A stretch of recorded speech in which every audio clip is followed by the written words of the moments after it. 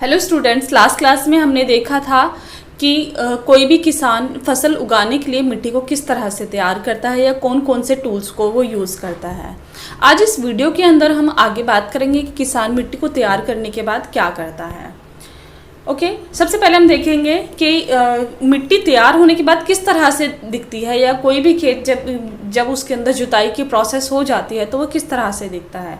जैसे कि हम इमेज में देख सकते हैं, इमेज में मिट्टी जो है पूरी तरह से भुरभुरी हो चुकी है, ये लूज हो चुकी है अब, और इसके अंदर इक्वल लाइंस दिख रही हैं यहाँ पर ये। ओके, इससे क्या होता है, हमारा बीज जो है, बीज बिल्कुल इक्वल डिस्टेंस पर लगता है। जब हम बीज को डालते हैं खेत में या बुआई करते हैं तो हमारा बीज बिल्कुल बराबर दूरी पर होते हैं। उससे प्लांट्स जो होते हैं, प्लांट्स हमारा इक्वल डिस्टेंस पर ग्रो होते हैं। ओके, अब हम इसके बाद आगे देखते हैं। आगे नेक्स्ट स्टेप जो किसान यूज़ करता है वो होता है सोइंग या फिर बीज बोना। मिट्टी तैयार होने के बाद किसान उसके अंदर बीज डालता है। Okay, sowing is the process of putting seeds in the soil. The seeds are sowed in the soil that is loosened by a cultivator or plow.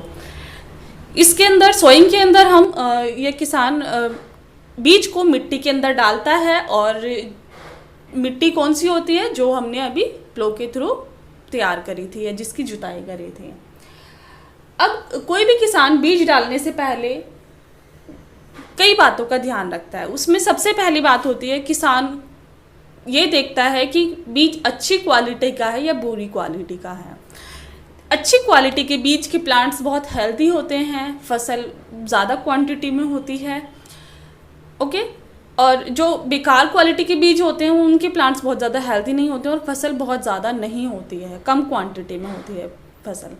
आजकल हमारे बीज जो है मॉडर्न बीज भी आ रहे हैं जो कि बहुत जल्दी ग्रो करते हैं, बहुत हेल्दी होते हैं और फसल बहुत ज़्यादा क्वांटिटी में ग्रो होती है।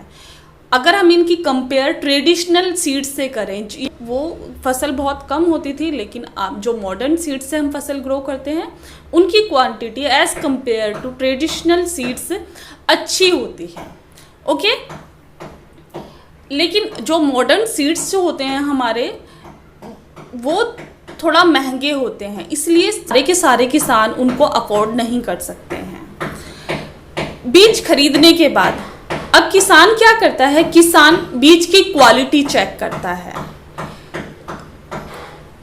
क्वालिटी चेक करने के लिए वो बीज को पानी के अंदर डाल देता है। पानी में डालने के बाद जो बीज ऊपर आ जाते हैं, पानी के ऊपर तैरने लगते हैं, वो बीज अच्छी क्वालिटी के नहीं कहलाते हैं या फिर डैमेज सीड्स कहलाते हैं। इसके बाद कुछ बीज ऐसे होते हैं जो कि पानी में नीचे आ जाते हैं, उनको हम अच्छी क्वालिटी के या गुड सीड्स कहते हैं। ओके, अब नेक्स्ट पॉइंट हमारा है, बीज को किस तरह से बोया जाता है या किस इक्विपमेंट्स के थ्रू बोया जाता है। इसको हम दो कैटेगरी में डिवाइड करते हैं, traditional tools and modern tools. Okay, traditional tool में बेसिकली हमारा प्लो आ जाएगा, शॉल्स आ जाएगा, साइथिस आ जाएगा, पिकाक्सिस आ जाएगा। ओके, अब हम देखते हैं ट्रेडिशनल टूल्स किस तरह से बना हुआ होता है या फिर किसान किस तरह से ट्रेडिशनल टूल को यूज़ करके बीजों को खेत के अंदर डालता है। बेसिकली ट्रेडिशनल टूल के अंदर फनल्स लगे हुए होते हैं, 2 या 3 फनल लगे हुए होते हैं, और नीचे से वो शार्प होता है, बीच में पाइप होता है, पाइप के नीचे शार्प होता है वो। ओके, बीज फनल से डाले जाते हैं ऊपर से, और वो नीचे पाइप के थ्रू जमीन के अंदर या खेत में चले जाते हैं। नेक्स्ट आता है हमारा मॉडर्न टूल। मॉडर्न टूल के अंदर बेसिकली सीड ड्रिल को लिया जाता है। Seed drills are used for sowing with the help of tractor. It ensures that seeds are sown uniformly at a particular depth and are covered by soil after sowing.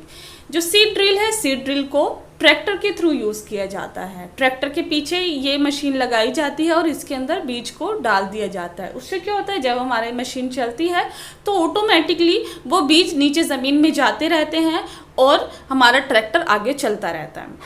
इसका benefit क्या होता है? Benefit इसमें बीज equal distance पर होते हैं। Okay, बीजों के बीच की जो दूरी होती है वो बिल्कुल बराबर होती है। ऐसा नहीं है कि एक बीज के बीच में 1 सेंटीमीटर का गैप है, दूसरे बीज के बीच में 5 सेंटीमीटर का गैप है। अगर सबके बीच में 1-1 सेंटीमीटर का ही गैप होगा। ओके, सेकंड है हमारा बेनिफिट कि खेत के अंदर जो बीज डाले जाते हैं उनकी डेप्थ जो होती है वो बिल्कुल प्रॉपर होती है या इक्वल होती है। ऐसा नहीं है एक बीज बहुत ज्यादा गहराई में चला गया, एक बीज बिल्कुल ऊपर ही रह गया। सारे बीज बिल्कुल इक्वल डेप्थ में डाले जाते हैं। थर्ड पॉइंट इसका है या बेनिफिट इसका थर्ड है कि ये साथ के साथ बीज को मिट्टी से कवर करता जाता है। ओके, क्लियर हो गया? यहाँ पे जैसे इमेज में हम देख सकते हैं, पीछे इमेज में दिखाया गया है सीड ड्रिल पीछे लगा हुआ है, आगे ट्रैक्टर इसको खींच रहा है। अब नेक्स्ट स्लाइड में हम देखेंगे प्रिकॉशंस मस्ट टेक ड्यूरिंग सोइंग्स। किसी भी बीज को बोने के टाइम पर क्या क्या चीजें ध्यान में रखनी चाहिए। फर्स्ट है the seed use for sowing should healthy and free from disease. जो बीज हम डाल रहे हैं, बीज अच्छा होना चाहिए और डिजीज फ्री होना चाहिए। डिजीज फ्री मतलब उस पर फंगस या फिर कोई बैक्टीरिया वगैरह ना हो। सेकेंड पॉइंट है the seed should be sown at a right depth. बीज जो है जमीन के अंदर सही गहराई में होना चाहिए। इट मीन्स ऐसा ना हो बीज को बहुत ज़्यादा नीचे डाल दिया ज़मीन के अंदर, या फिर ऐसा हो बीज को बिल्कुल ऊपर वाली लेयर पर ही हमने रख दिया, उसको थोड़ा अंदर नहीं डाला। ओके, जो डेप्थ होनी चाहिए वो हमारी बिल्कुल सही होनी चाहिए, जिससे कि वो इजीली जर्मिनेट हो सके। थर्ड पॉइंट है the seeds should be Son with right spacing so that the plant evolve from them can get sufficient nutrients, water and sunlight. Third point के अंदर बताया गया है कि बीजों के बीच में प्रॉपर डिस्टेंस होनी चाहिए। जैसे हम इमेज में देख सकते हैं, सारे के सारे बीज ऐसे नहीं है एक जगह ही रख दिए, सारे के सारे बीज उनके बीच में इक्वल डिस्टेंस होनी चाहिए, जिससे क्या होता है सारे प्लांट्स को न्यूट्रिएंट्स मिलते हैं। और ऐसा नहीं है कि कोई भी प्लांट दूसरे प्लांट को ग्रो होने से रोके या उसकी जो रूट्स हैं वो दूसरे प्लांट्स की रूट्स को ग्रो ना होने दे। सबको इक्वली चांस मिलता है ग्रो होने का और वो अच्छे हेल्थी होते हैं। फोर्थ पॉइंट है that seed should not be sown in too dry और टू वेट सॉइल। जब हम बीज को बोते हैं तो वहाँ की मिट्टी ना तो बहुत ज़्यादा सूखी भी होनी चाहिए और ना ही बहुत ज़्यादा गीली होनी चाहिए, उसके अंदर बहुत ज़्यादा पानी भी नहीं भरा हुआ होना चाहिए। अगर मिट्टी सूखी हुई है तो सीड हमारा जर्मिनेट नहीं हो पाएगा, या फिर अगर बहुत ज़्यादा गीली है तो उससे हमारा सीड जो है वो गल जाएगा। ओके, आई होप ये क्लियर हो गया होगा सबको।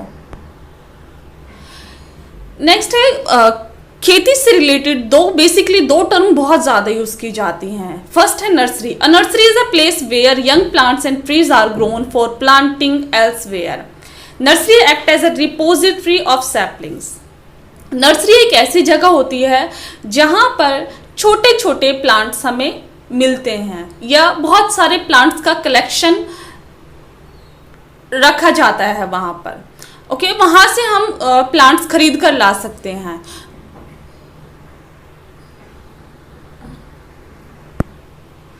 नेक्स्ट है germination of seeds. Germination of seeds क्या होता है? Germination of seed happens when the seed is sown in the land and watered. कोई भी बीज कब ग्रो होना स्टार्ट होता है? जब उसमें से छोटी छोटी जड़ें निकलती हैं।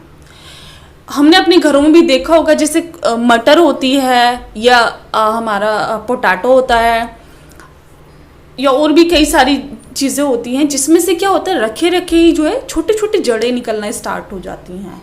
तो जब किसी भी सीड्स में से छोटी छोटी जड़ें निकलना स्टार्ट होती हैं उसको क्या बोलते हैं? हम जर्मिनेशन बोलते हैं। ओके,